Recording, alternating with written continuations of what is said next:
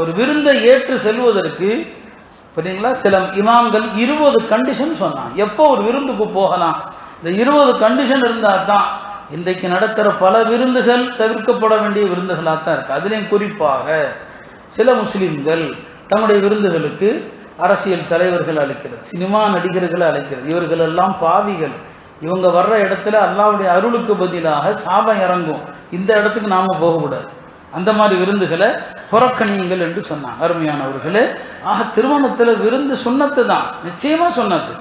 அந்த விருந்து சாதாரணமாக எளிமையாக இருக்கட்டும், சாதாரண விருந்தா இருக்கட்டும். ரொம்ப படோடாபங்கள், ரொம்ப பெரிய விருந்துகள் அதுக்காக நாம மெனக்கடுறது இருக்குது. இதை செய்யறதுக்கு அங்கிருந்து ஒருத்தன், கேரளால இருந்து ஒருத்தன், இதை செய்யறதுக்கு கர்நாடகால இருந்து ஒருத்தன். இது என்ன, இந்த இன்பத்துல என்ன நாம கண்டோம்? இது எங்க கடைசியில போக போகுது இல்லையா?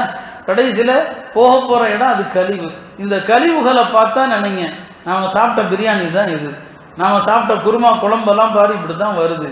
அது இறுதியில் ஒரு நாட்டம் எடுக்கிற பொருளாகத்தான் வெளியேற போவதே தவிர அதுக்கு என்ன அந்தஸ்து உலகத்துல இருக்குது?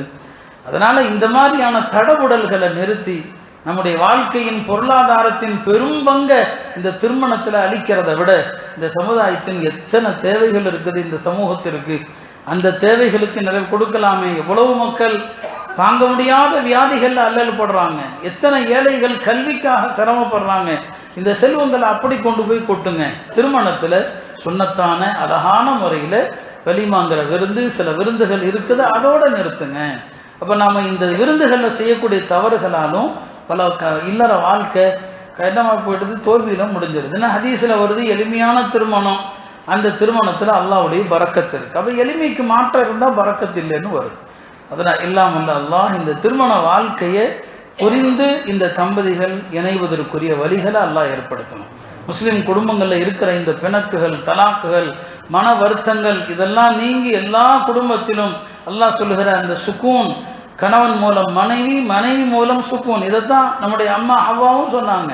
அல்லாஹ் என்ன படைச்சதே உங்களுக்கு நான் அமைதியை தரணும், என் மூலம் நீங்க அமைதியை பெறணும், உங்க மூலம் நான் அமைதியை பெறணும். அது இல்லாத திருமண வாழ்க்கை அது தோல்வி. அது அதனால திருமணத்திற்கு அழகு தேவையில்லை, வயது தேவையில்லை.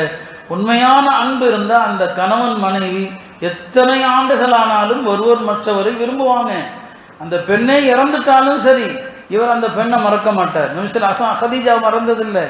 இப்படியான வாழ்க்கை தான் அர்த்தமுள்ள வாழ்க்கை. இல்லாமல் அல்லாஹ் நமக்கு அத்தகைய புரிதலை தந்து இல்லற வாழ்க்கையில் நினைவிருக்கிற எல்லா முஸ்லிம் பெருமக்களுமே தங்களது கடமைகள் என்ன, உரிமைகள் என்ன, அதை விளங்கி இல்லறத்தை அழகான நல்லறமாக ஆக்குவதற்கு தௌஃபீக் செய்வானா.